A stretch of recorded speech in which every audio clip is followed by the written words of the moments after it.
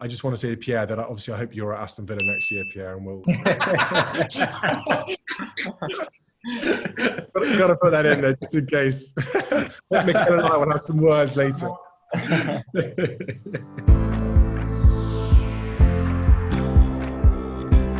Very nice to see you guys. How's everyone doing? Yeah, we are really good. Thanks for joining us on the call. Not at all, Mikel. It's good to see you and good to see the guys. I would like to introduce you. The first one is Mertesacker. He's our academy manager. I think you remember him because he lifted the trophy with me in 2015 against your team. Yeah, I wondered how long that would take before you brought it out. Pierre-Emerick Aubameyang, he scores a goal every now and then. And yeah, I've seen a few of his goals. And Hector Bellerin is our vice captain as well, and he was involved in that final as well, unfortunately. But thank you very much for joining us. It's great to have you all on a call to discuss, mental health and the importance of what's going on. I was going to ask, maybe start with you, Mikel, to just hear your thoughts about football resuming and also your experiences of COVID. Yes, it was very early stages when I found out that we were in contact with one person that was tested positive, and then I started to get some symptoms, and we raised it straight away, the issue to the FA and the Premier League, and everything started to kick after that. But I handled it pretty well. I'm still young, I think. Yeah. How is everyone feeling about restarting of football then? I mean, do you guys feel that the right information and the right processes have taken place to protect players and everyone coming back into football? Yeah, I think at the beginning it was a bit difficult because we were they sent us programs to train and we never knew like when we were going to start and stuff. And a lot of people were a bit scared, because we were hearing numbers in the news and stuff and no one really knew what was happening. But I think the club and the Premier League did really well to put a very safe space for us players to train since the start, since we started training individually, to training in groups of 5, to now finally being able to train with the whole squad and the coaches. We are going forward now, and we have all the safety things from the Premier League and from our staff, our doctors as well. So I think everything is going well at the moment. So I think now it's time, and I think everybody is happy to know that we will be back next week on the pitch. The fact that everyone has been feeling well and things are going forward, everyone's feeling more positive and every day more eager to get back, and realizing that the clubs and the league are doing everything they can to make sure that we're safe and we can move forward. Has there been a sort of real bonding moment, as it were, over this? Has Arsenal Football Club kind of, cemented itself because of the sort of weird environment we've all gone through, this unprecedented time? Does it help gel the club and the community together more? I personally think so, because also we've gone through like some tough conversations as a team and as staff members, and with like the pay cut that we had to decide in between us. We all did this for the good of the club and the people that work for the club. And I think, not just me, I'm sure Oba as well, and many of the players and the coaches, we got many messages from the people of the staff that now feel safe and they know they can still work and be paid. And, as I say, the situations that they're building such negativity, we found something positive in it. And I feel like that's got us together as a family of Arsenal Football Club. Yeah, good to hear. Good to hear. It's bringing people together in a really difficult time. In your playing career, have you come across other players or other staff members who have had struggles with their mental health? Has that been something you've ever seen or experienced? Yeah, I had some partners.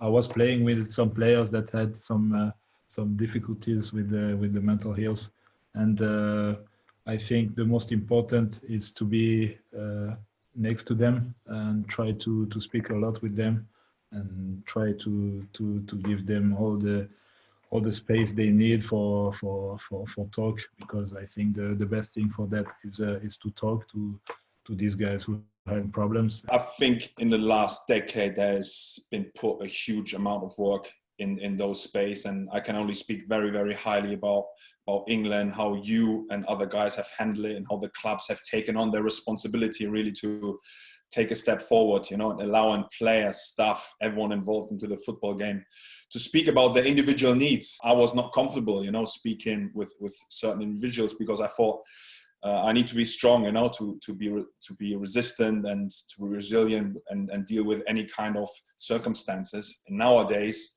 there are more mechanisms as ever, you know, to start a conversation and to give players and staff tools to really cope with it, but as well have an open environment in our first team with Mikel, in the academy with myself, and a lot of stuff that we can start a conversation.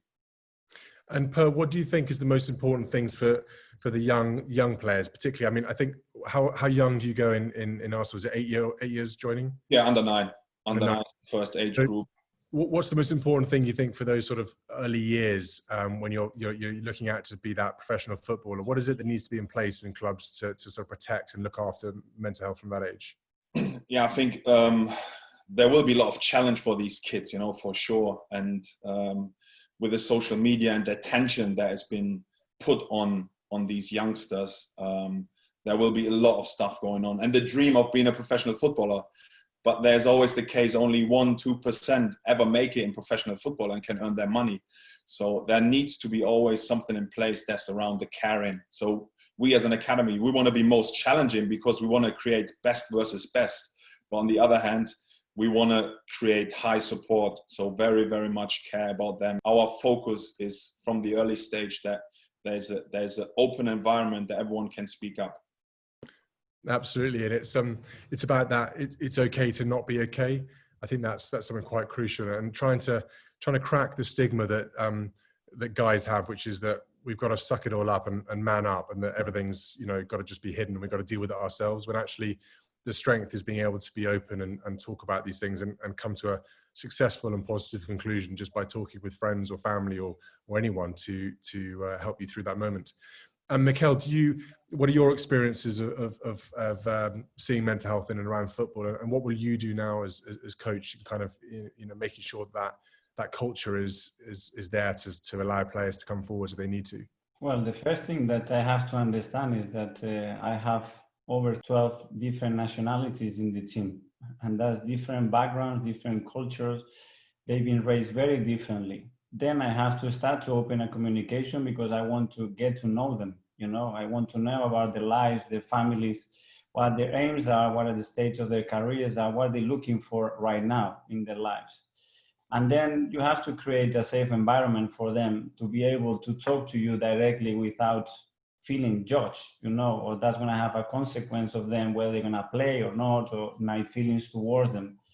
And this is what I've been trying to do in the last 12 weeks almost, like trying to talk individually with a lot of them after doing some unit groups as well. So them as well, they can raise those feelings, you know, they can raise the issues with the groups. We can build the club culture that I want, that is based on respect first, you know, because it doesn't matter how I treat them, but then they have to live together.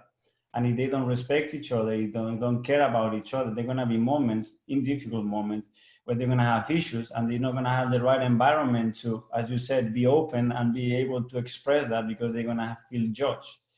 So that's what we are trying to do. To be honest, it's been really successful. I think the players are enjoying what we've been trying to do. I'm really pleased that you guys are all coming back to football soon.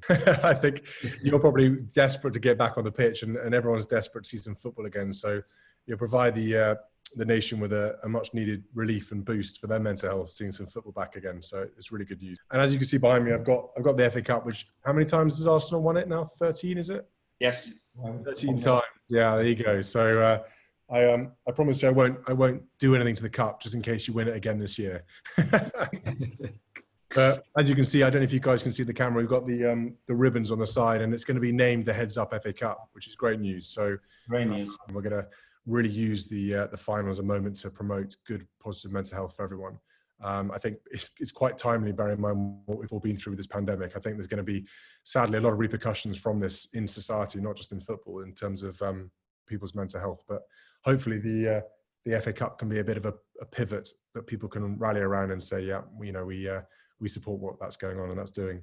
Can't thank you enough for your time today, and hopefully see you guys in person very soon. Thanks for joining us. Thanks for speaking to us. Thank you very much. Guys. Good luck. See you soon. Thank you. Bye-bye.